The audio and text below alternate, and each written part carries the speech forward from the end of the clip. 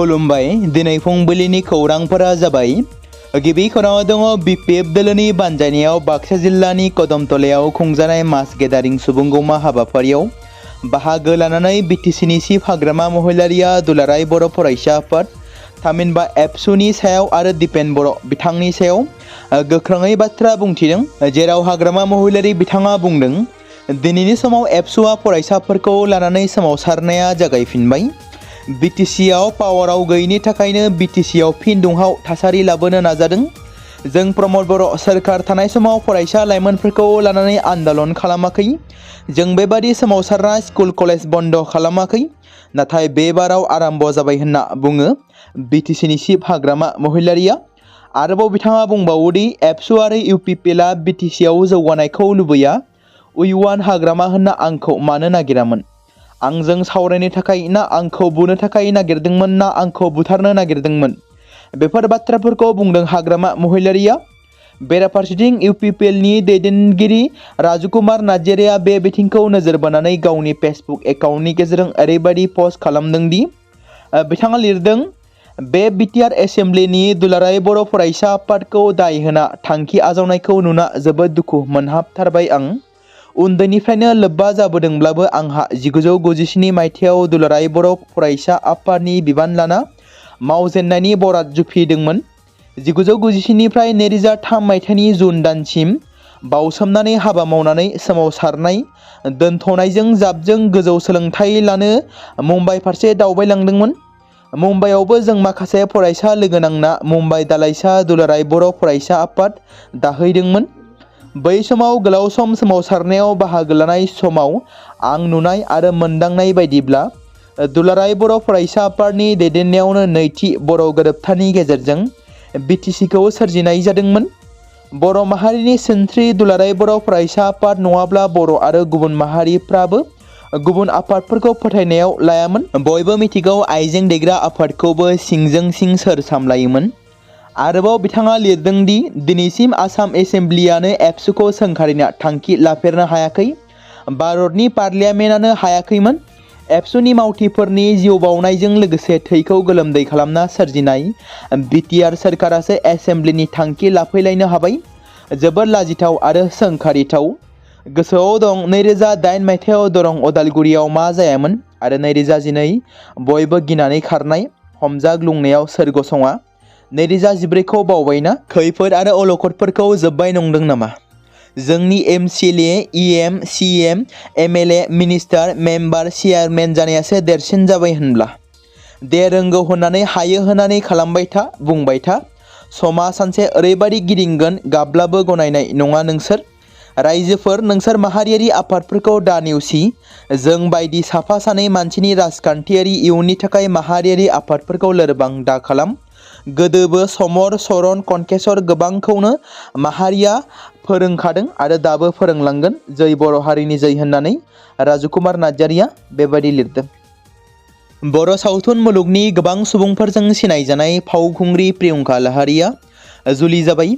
जाय फावखुंग्रिया बर' सावथुनजों लोगोसे गोबां बर'नि मिउजिक भिडिअफोराव फाव खालामनानै गावखौनो सासे राफोद आर्टिस्ट महरै सिनायजानाय प्रियंका लाहारिया सुलुंनिफ्राय मिथिनो मोननाय बादिब्ला गेरेम ब्रह्म मुंनि सुबुंजों हाबा जाबाय।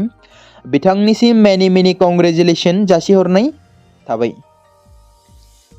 गोबां माहारियारि ट्राइबेल आफादफोरनि नाजानायजों मोनद' हारिनो एसटि होनायनि हेंथायै गोबां जायगायावनो स्लगान खालामगासिनो थादों आरो गोबां प्रटेस्ट खालामनायखौ नुनो मोनबाय थादों।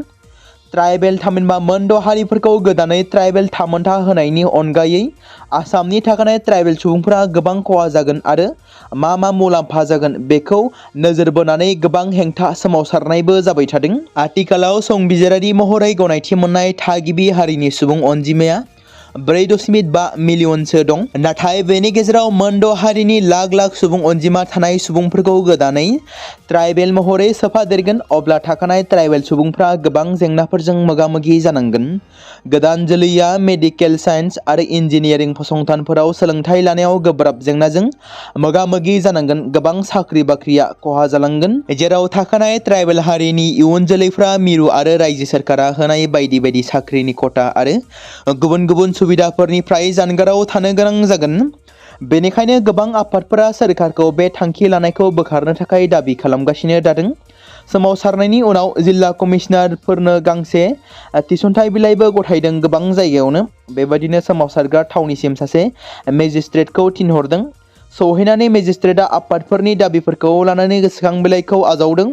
मोनद' हारिफोरनि शिडिउल ट्राइब थाखो राननायनि प्रस्ताबखौ बोखारनायनि दाबियाव डिपुटि कमिशनारनि गेजेरजों नेशनेल कमिशनार फर शिडिउल ट्राइबनो गांसे गोसोखां बिलाइ गथायदों। हाग्रामा महिलारिनि दैदेननाय BPF दोलोनि सोरखारा थामहिनबा BTC सोरखारा थालांनाय बिश्वनाथ जिल्ला आरो सनितपुर जिल्लानि थामहिनबा गहपुरनि माखासे थालांनाय गामिफोरखौबो BTC ओनसोलाव सोफादेरनो थाखाय आसाम सोरखारजों सावरायगासिनो। बाथ्राखौ बुंदों BTCनि लेङाइ गाहाय मावफुं सोद्रोमा रिहन दैमारिया। गुवाहाटीआव जानो गोनां बुहुमनां मुंदांखा पप रोजाबगिरि पस्ट मेल'नि फैनो गोनांखौ लानानै थांनाय माखासे सान सिगांनिफ्रायनो गोख्रोङै दान्थे बिदान्थे गोनां जागासिनो। रायजोआव हादोरसा सोरखारनि दावबायारि बिफानजों खुंजानाय बे हाबाफारिया गोख्रों फिनजाथाय होदों। मानगोनां जुबिन गार्गनि थैनायनि रिपर्टखौ होनाय सानखालिनो बेखौ थि खालामनाय जादों। बेनि गेजेरावनो महरगिरि मानस रबिनआ ससियेल मिडियायाव गावनि बिबुंथिखौ फोरमायदों। बिथाङा लिरदों, पस्ट मेल'निया फैगौ जोलैनि हादोर गेजेरारि थाखोआव बाख्नायजानाय आमेरिकान पप रोजाबगिरि आरो मेथाइ लिरगिरि। गेमिं मुलुगनि अनगायैबो बिथाङा सिगांनिफ्रायनो बुहुमनाङैनो गासैबो जौसिन देंखो बान्थाफोरखौ आवग्रिनो हादों। दानिया पेस मलिनीनि जाथायखौ जोंनि जुबिननि जाथायजों सरजाबनाया मोजां नङा, मानोना बे हाबाफारिखौ जुबिननि दुखुनांथाव जाथायनि बोसोरसे सिगां थांखि लानाय जादोंमोन। जुदि पस्ट मेल'निया बाहागो लाफैगोन एबा देंखो रोजाबफैगोन, अब्ला असमिया सुबुंफोरनि मान सन्मानखौ गाज्रि खालामगोन होनना बिथाङा फोरमायदों। आसामनि गेलेनाय बिथिङाव मोनसे मोजां खौरां। रायजोनि गेलेमुनि बिथिङाव आरोबाव गोदान क्रिकेट स्टेडियाम दाजाबदेरनाय जाबावबाय। शुक्रबारखालि एबा मैया गिबि मन्त्रि डक्टर हिमन्त बिश्व शर्माया हाजोआरि ओनसोल दिमा हासाव जिल्लानि उमरांसुआव गंसे गेदेर क्रिकेट स्टेडियामखौ बेखेवो। मिथिंगायारि आबहावायाव थानाय बे स्टेडियामा जिल्लानि गिबिसिन आसाम क्रिकेट एस'सिएशननि स्टेडियाम जागोन।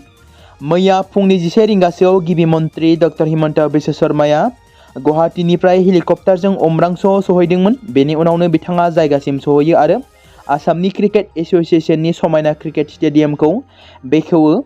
मख'नो गोनांदि बे स्टेडियामा समायना मिथिंगाजों बेंखनजानाय उमरांसु गल्फ कर्सनि साखाथियाव 30 बिगा हायाव बानायनाय जादों। आसाम क्रिकेट एस'सिएशना अस्ट्रेलिया, निउजिलेन्ड, खोला आफ्रिका, इंलेन्ड बायदि हादोरफोरनि मडेलफोरनि नुजाथिनानै स्टेडियामखौ लुदोंमोन। बेयाव 15,000 नायगिरिफ्रा जयै क्रिकेट नायनो हागोन। स्टेडियामाव मोनबा प्रेक्टिस पिच दं। ACA निउ क्रिकेट स्टेडियाम मुंजों लुजानाय क्रिकेट स्टेडियामा गेलेगिरिफोरनि थाखाय गोदान मुगानि सुबिदाफोर लाबोदों, हादोर गेजेरारि क्रिकेट स्टेडियामफोर बायदि। खालि गोसोजोंल' नङा।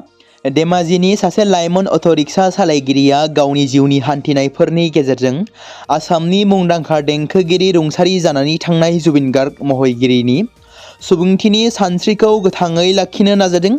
धेमाजिनि पहंगुली गामिनि बकाबिलनि बे लाइमोना, जेराव बिथाङा गावनि गारिनि उनथिं रोखायै जुबिननि मुं आरो सावगारि सेबखांनानै लादों, बिथाङा अट'रिक्सानि उनाव लिरदों, जय जुबिन दादा। सुबुंथिखौ फोथांना लाखिनायजों लोगोसे मेडिकेल फेसिलिटियाव थांनाय बेरामिफोरखौ बेसेन लायालासे सिबिथाय होदों। बिथाङा जेरै 9101564149 बे मबाइल नम्बरनि गेजेरजों जगाजग खालामनो थाखायबो खावलायदों। अट'रिक्सानि मोखाङाव लिरनाय दं, जुबिन गार्गखौ न्याय हो, जुबिन गार्ग के लिए न्याय दो। बिथाङा गावनि गारियाव देहा फाहामसालियाव थांग्रा जायखिजाया सुबुंनो बेसेन लायालासे सिबिथाय होबोगासिनो दं। बेनि सोमोन्दै सेंग्राया आरोबाव बुंबावो, आं बे नाजानायखौ बै दाननिफ्रायनो खालामगासिनो दं जेब्ला जुबिन दाया जिउ गोमानो गोनां जादोंमोन। धेमाजिनि सिभिल हस्पिटालाव थांनाय बेरामिफ्रा आबुङै फ्रि मोननो हादों होनना बिथाङा बुंदों। नगाव पुलिसनि थाखाय मोनसे गेदेर जाफुंसारनाय। जिल्लानि सिङाव थानाय चिनापट्टियाव मोनसे अपारेशननि गेजेरजों पुलिसआ गोबां बिबांनि खावनाय मुवा बेसादफोरखौ बोखांनो हादों आरो लोगोसे 4 सोद्रोमानि खावग्रा हान्जाखौबो हमनो हादों। नगाव सदर पुलिस थानानि मावथ'नाय अफिसार देबजित दासनि दैदेननायाव जानाय अपारेशनाव खावनाय मुवाफोरखौ जब्द खालामनो हानायाव जाफुंसार जानो हादों। मख'नो गोनांदि नगावनि सेनपट्टियाव अपारेशननि समाव हमजानाय सिखावफोरखौ अशेक आली, बिश्वजित बिश्वास, हासेन आली आरो आजारुल इस्लाम होनना सिनायथि होदों।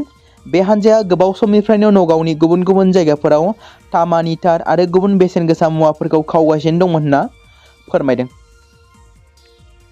बावैसो सान सिगां गुबुन गुबुन इलेक्ट्रनिक मिडियाफोराव गुवाहाटी मुलुगसोलोंसालिनि हेंथायै फर्म सुफुंनायनि हाबाफारिखौ आनजादनि सानसे सिगांसिम खुला लाखिनायनि अजद होनाय जादों। गुवाहाटी मुलुगसोलोंसालिनि बिबानगिरिफ्रा शुक्रबाराव रोखायै बुंनाय बायदिब्ला बे अजदफोरा आबुङै ओंथि गैयै। बिबानगिरिफ्रा फोरमायदों दि आनजादनि सिगां फर्म सुफुंनायनि जोबथा समखौ गोदानै बारायनाय जायाखै। बबेखानि जायफोर फरायसाफ्रा गुबुन गुबुन जाहोननि थाखाय थिखानाय सम सिमानि गेजेराव फर्म सुफुंनायनि खामानिखौ फोजोबनो हायाखै बिसोरनो जेबो उसुबिदा बायदि मोगा-मोगि जानायनिफ्राय रैखा खालामनो थाखाय सम सिमाखौ गोरलैयैनो खुला दोननाय जादोंमोन। मुलुगसोलोंसालिया रोखायै बुङो दि गासैबो थिरांथाफोरा फरायसा मिरुआरि नोजोरजों लानाय जादों आरो बे थिरांथाया बेबादिनि मोनसे बिदिन्थि। मख'नो गोनांदि गुवाहाटी मुलुगसोलोंसालिया रेगुलार आरो गनायजानाय फराफारिनि थाखाय 250निबो बांसिन आन्डार ग्रेजुएट आरो पस्ट ग्रेजुएट आनजादफोर खुंफुङो। बे गासैबो आनजादफोरखौ दानसेनि गेजेरावनो फोजोबनाया मुलुगसोलोंसालिनि थाखाय मोनसे जेथोगोनां आरो खुंथायारि जेंना।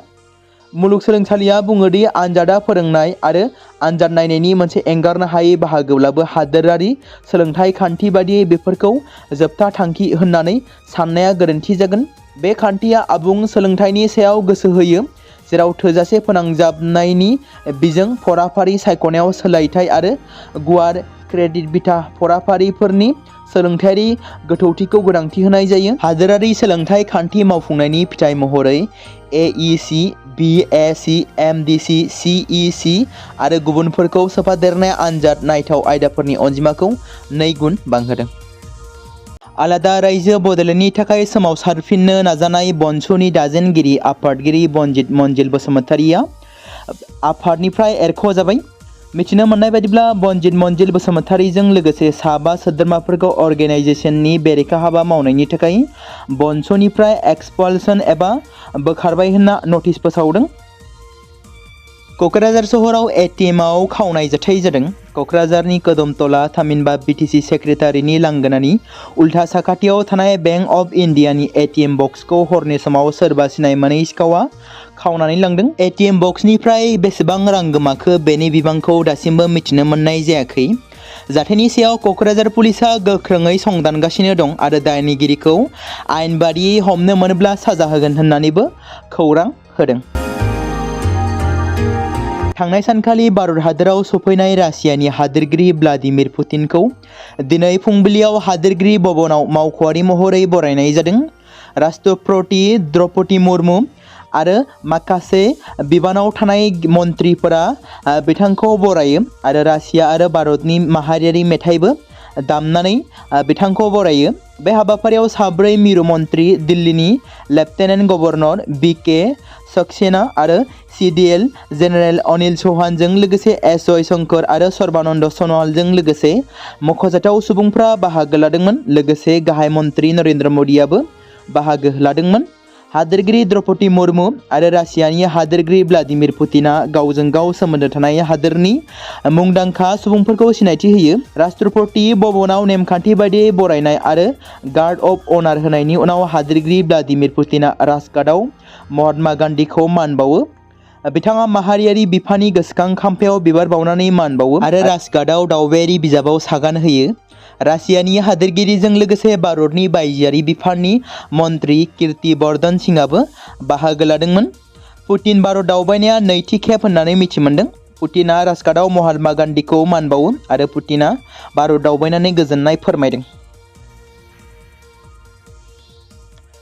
बिरखंफोरा गोबाव जानाय आरो केन्सेल खालामनायनि जाहोनाव हादोरनाङैनो बिरखं गाथोनफोराव दावराव-दावसि सोमजिहोनायनि उनाव बृहस्पतिबाराव सिभिल एभिएशन अथ'रिटिआ बावैसो सिगां नोगोरारि उड्डयननि महादिरेगा फोसावनाय बिथोनखौ बोखांना लाफिनदों।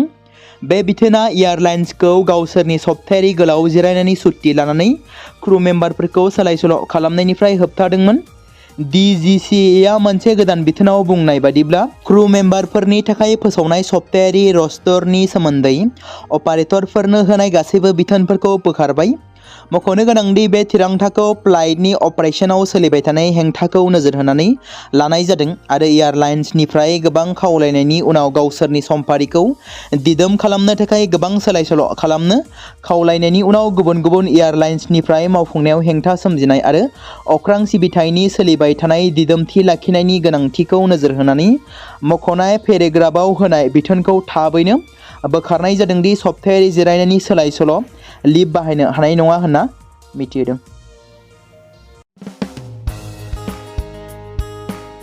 बे समाव मोनसे गोनां फोसावथाय बर' सावथुन नायनानै मोजां मोनग्रा गासै बर' रायजो राजाफोरनि गेजेराव लानानै फैदों मोनसे बर'नि OTT प्लेटफर्म गोनां जाय प्लेटफर्मनि गेजेरजों नोंथांमोना बर'नि गोदान गोजाम सावथुनफोरखौ नुनो मोनगोन। थांनाय माखासे बोसोर सिगां बर'नि गेजेराव लानानै फैनाय निउबो एप बायदिनो फिन आरोबाव लानानै फैदों बर' रायजो राजाफोरनि थाखाय। बे बाथ्राखौ मख'नाया गोनांदि 2025 मायथाइनि जानुवारि दानाव ओंखारनाय आंगो स्ट्रीम मुंनि मोनसे OTT प्लेटफर्म गोनां निउबो एपनि गेजेरजों नोंथांमोना गोबांथार बर'नि सावथुनफोर जेरै ट्रेजेडी, रमान्टिक, एक्शन आरो कमेडीजों बुंफबनाय सावथुनफोरखौ नुनो मोनगोन।